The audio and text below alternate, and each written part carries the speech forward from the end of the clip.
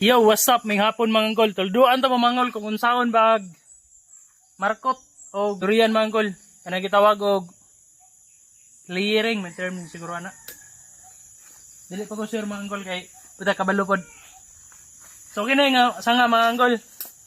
Ato ning markoton, nawala pa nang heads tag iya. So, ning ang first step sa naman kol kay panitan to ni diri man kulo. So, wait lang, padula ko sa inyo mga kol. So, panitan to mga kol kini oh. Kini nga portion. To ning tanggalon. Kini pod. So, kini mga kol ato ni panitan mga kol. Ato ni siyang panitan kay para butangan og yuta. So mga 2 inches siya ang iyang kahaba sa itong panitan mga angkol kaya para mabutangan to yuta. So hapit na nato mapanitan, patay na ginipaingon.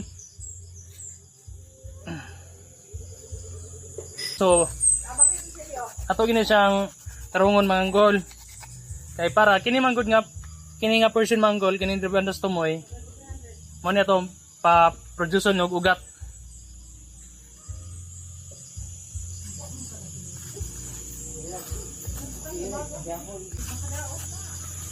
Okay na magkabaga. Wan si Julius, wala naman na ibaga pod.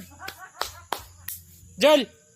Okay na mahotdag singot dalo kay wala na may baga. So, kita yung manggol kini mo na ni. Ito ang kanang kabuang. Pero sige lang. Ato na siyang balotog yuta mga anggol. So, mga anggol, darayo ta na ito mga anggol. Muna ito ibalot dere. Kinahanglan mabalot ang tanang portion sa napanitan mga angkol.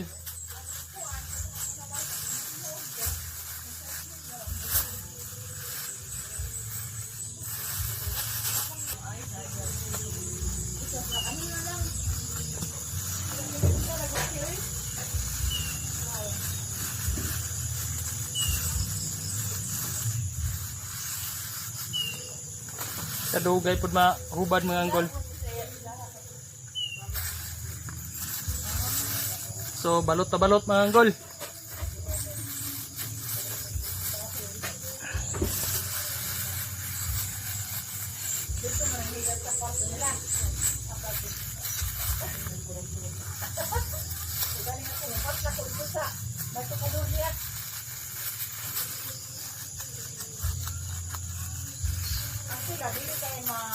Kini mga angkol, ang tawag ni mga angkol, air layering siya.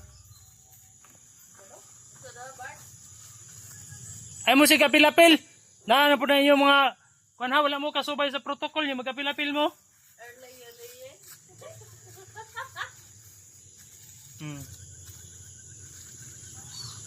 So makita niyo mga angkol nakabalot kina siya silupin mga angkol pero wala nagadimao.